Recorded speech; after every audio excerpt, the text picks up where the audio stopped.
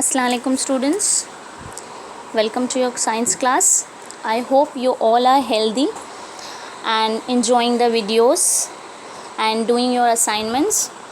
Up till we have completed properties of air and properties of water, and now we are on the last part of your third chapter, that is properties of soil.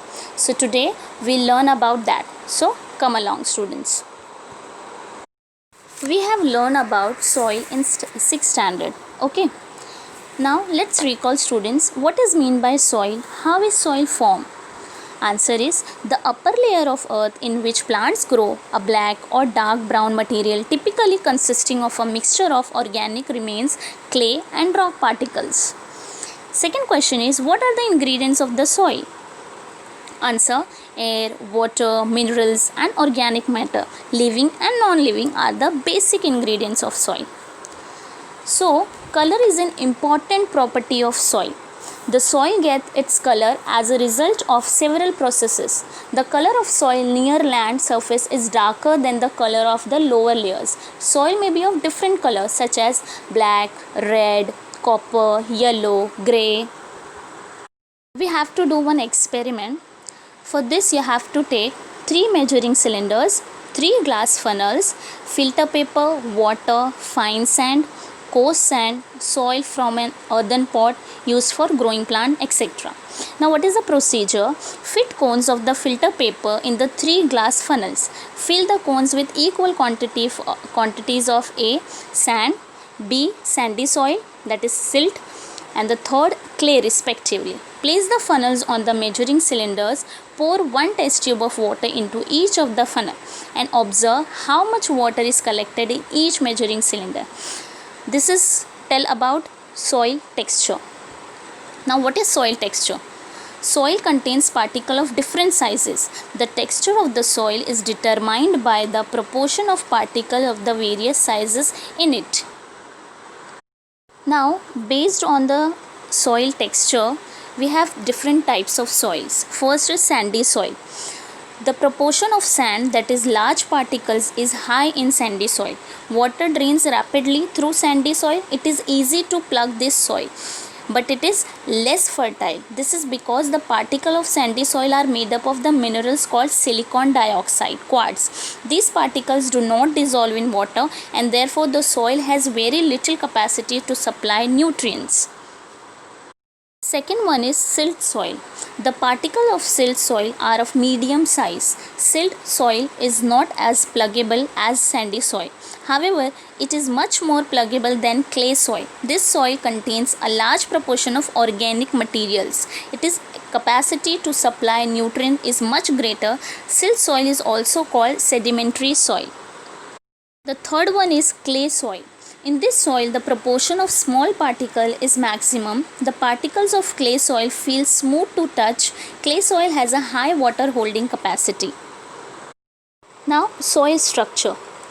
The structure of soil depends upon the different shapes of the particles in it. Soil occurs in the form of columnar, laminar, granular as well as block shaped structure, as you see in the figure. Now student, what is the importance of soil structure? The fertility of soil depends upon soil structure. The advantage of good soil structure are as follows. First, roots get a sufficient supply of oxygen. Second, water drainage is good, therefore the roots of plants grow well.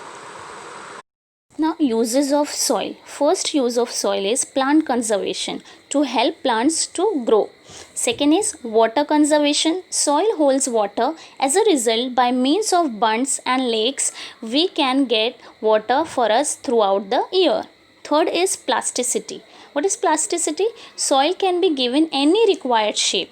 This property of soil is called plasticity. Because of its plasticity, we can use it to make articles of a variety of shapes. These articles can be bagged to make them hard, water storage earthen pots, earthen lamps, ideal rocks, bricks, etc. are articles made from soil. Now, some useful types of soil, like first, china clay, that is also called as kaolin. It is white in color, It is used to make crockery, bathroom tiles, tanks, laboratory apparatus, mask, jar, etc. Second is shadow soil. Shadow soil, it is whitish in color. It is used for making statues and ideals. Third is terracotta soil. This soil is red in color. Decorative articles and pots used for growing plants are made from this soil. Last is multani soil. This soil is used in cosmetics. Now, soil testing. The proportions of the various ingredients of soil can be determined by soil testing. During soil testing, the soil is examined for color, texture, and the proportion of organic matter in it. Soil is tested to find out if there is a deficiency of any ingredients and to decide what measures should be taken to remove the deficiency. The soil sample collected for testing is dried in an open space in the shade for 8 to 10 days. It is then shifted through a sieve. Which are the causes of diminished soil fertility? What do you mean by diminish? Smaller or less? The first cause is soil pH less than 6 or higher than 8. Second, low proportion of organic matter. Third, no proper drainage of water. Fourth, repeated cultivation of the same crop. Fifth, continuous use of saline water. And the last, excessive use of chemical fertilizers and pesticides. Now, points to remember, students. First, water does not have its own shape but have a volume. Second, density, the formula of density, mass upon volume. The unit of density is gram per cubic centimeter. Water expands when the temperature falls below 4 degrees Celsius. The substance that dissolves is called solute. The substance in which the solute dissolves is called solvent. What we get when the solute dissolves in solvent is called solution. Color is an important property of a soil. The texture of a soil is determined by the proportion of the particles of various sizes. Two tests, namely pH and electrical conductivity test, are particularly useful in finding out the characteristic of soil. So we finish our third chapter. Now one homework is for you all, that is, you have to find out what are the various uses of soil and write it in your notebook. Thank you so much, student, for listening.